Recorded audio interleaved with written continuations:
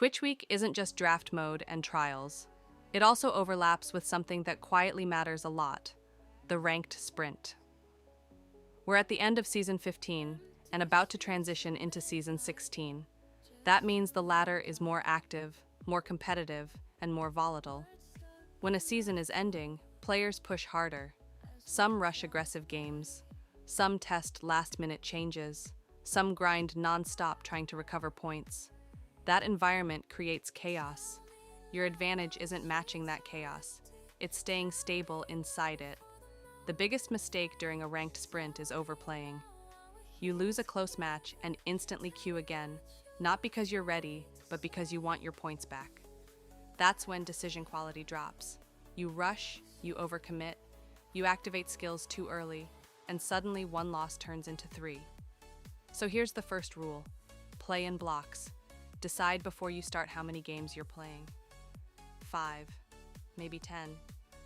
When that block ends, stop, even if you're winning, especially if you're losing. Climbing should be tied to focus, not emotion. Second rule: don't change decks too quickly. In a sprint, it's tempting to swap cards or switch archetypes after one loss.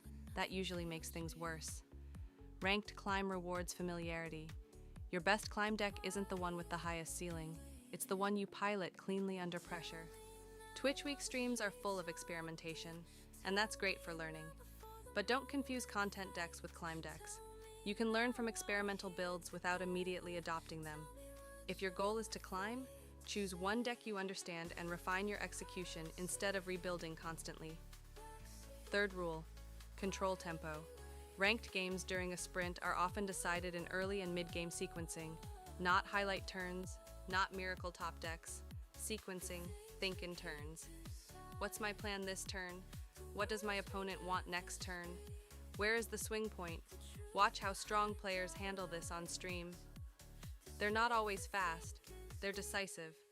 They pause at key moments, then commit confidently. That's not hesitation, that's discipline.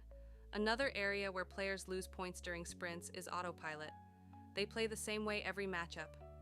But risk management should change depending on the game state. If you're ahead, don't overextend. If you're behind, identify the exact turn you can stabilize and play toward that. If you're even, prioritize efficiency over flash.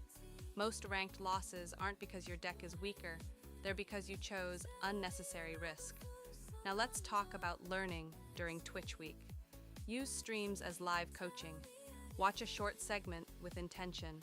Pick one thing to focus on. Maybe energy efficiency, maybe skill timing, maybe mulligan discipline. Then queue ranked and apply just that one adjustment. Don't try to fix everything at once.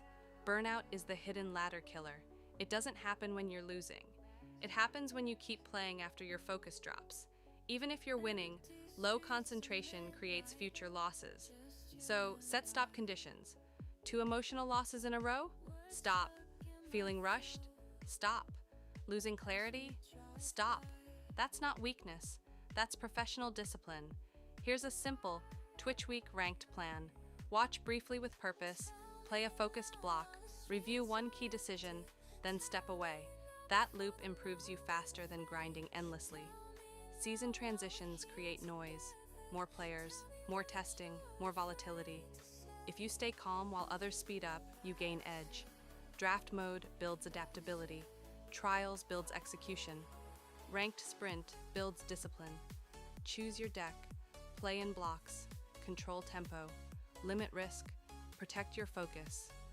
If you stay stable while the ladder gets chaotic, you climb. Stay sharp.